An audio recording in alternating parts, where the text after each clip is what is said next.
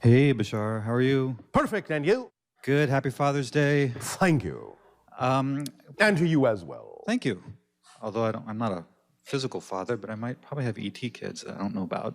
I wanted to pick up where a previous caller talked about your life, and Yes. so are you birthed as an infant? In a sense, but we no longer give physical birth. We create an energy space, an energy vortex in which a spirit can simply take on and crystallize a physical body. And then you just appear? The body just appears. So the body just appears. Yes. And then when it appears, is it small like an infant? It is. And then over time, does it grow It in size does. like It does. like adults? But about what you would call age 3, they are in many ways realized enough to simply wander the world and find what interests them. So when you grow to your typical age is around what, 300 when people Lifespan. Yes, about 300 typical. years old? Though there are exceptions. There are a few individuals on our planet that are in excess of what you would call 1,000 years.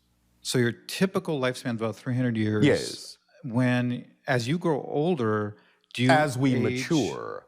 Okay, as you mature. We do not in that sense grow older in the way that you typically mean it on your planet. That's sort of what I'm getting at. Do you physically age and have We will appear to physical mature in changes? some aspects, but we will not in any way, shape, or form exhibit what you call any degrees of infirmity. That was actually my ultimate question here. So is that now due to belief? It is That we due to the believe- idea of what we know to be true. It is beyond the level of belief. Okay, so it's a knowing. Makes sense. So on Earth, I guess we still have the knowledge or the belief that we age, and so Yes. body parts hurt and things get out Yes. of whack and things. But It you is guys the collective are not like that. consensus that you have bought into, but are learning to change. Many of you are living longer, more healthy lives, staying younger in appearance. And this is an indication that you are beginning to live more and more in the moment, and that you know you are eternal beings that don't necessarily have to express the idea of infirmity as you mature. Okay. Okay, that makes a lot of sense. Oh, So thank you. You're welcome. So on the issue of belief, it seems like, we've talked about this before, belief is everything. Changing your beliefs Through the changes physical everything. personality, in that sense, it creates your reality. But we have also said that knowing is more powerful, because knowing is synonymous with action. So my question has to do with, it seems like there's two levels of belief. One is the belief that we inherit from our parents and our society as we're growing up. And another belief, it seems like, is in our DNA. There is the automatic level that we have talked about, where you simply lay out the playing board of the game so you don't have to think about it. It is the collective consensus level of the belief reality, so that you can simply get on about the idea of exploring your individual theme within that collective consensus without having to consciously create the playing board all the time. Okay, but now, if we want to make changes in our belief system, whether they're brought on from childhood or in that playing field that you're talking about, Yes. are they equally easy to change? In the way that you mean it, not always. Because the idea is that you have agreed to a certain playing field.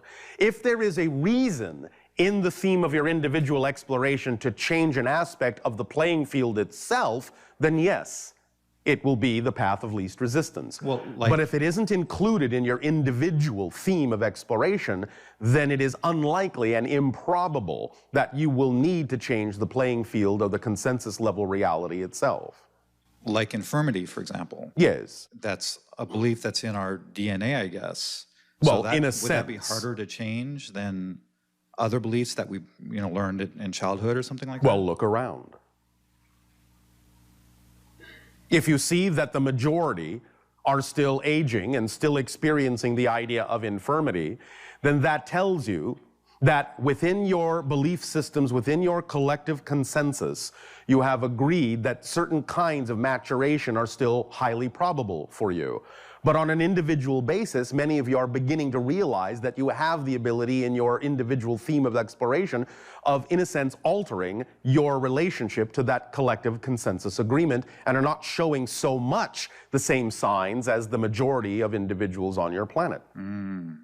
Okay. So it's both. It seems like there's two levels of change. One is the internal change, and one is sort of the societal change or the group change. Yes. Okay. Okay. And there was a third question that I wanted to ask, and I don't remember it right now. Do you remember it? Something about our civilization. Yes, it was. Because I'm always interested in your life and your background and your civilization. You're not interested in my foreground?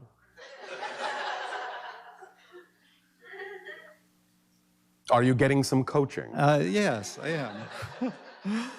From Narnia.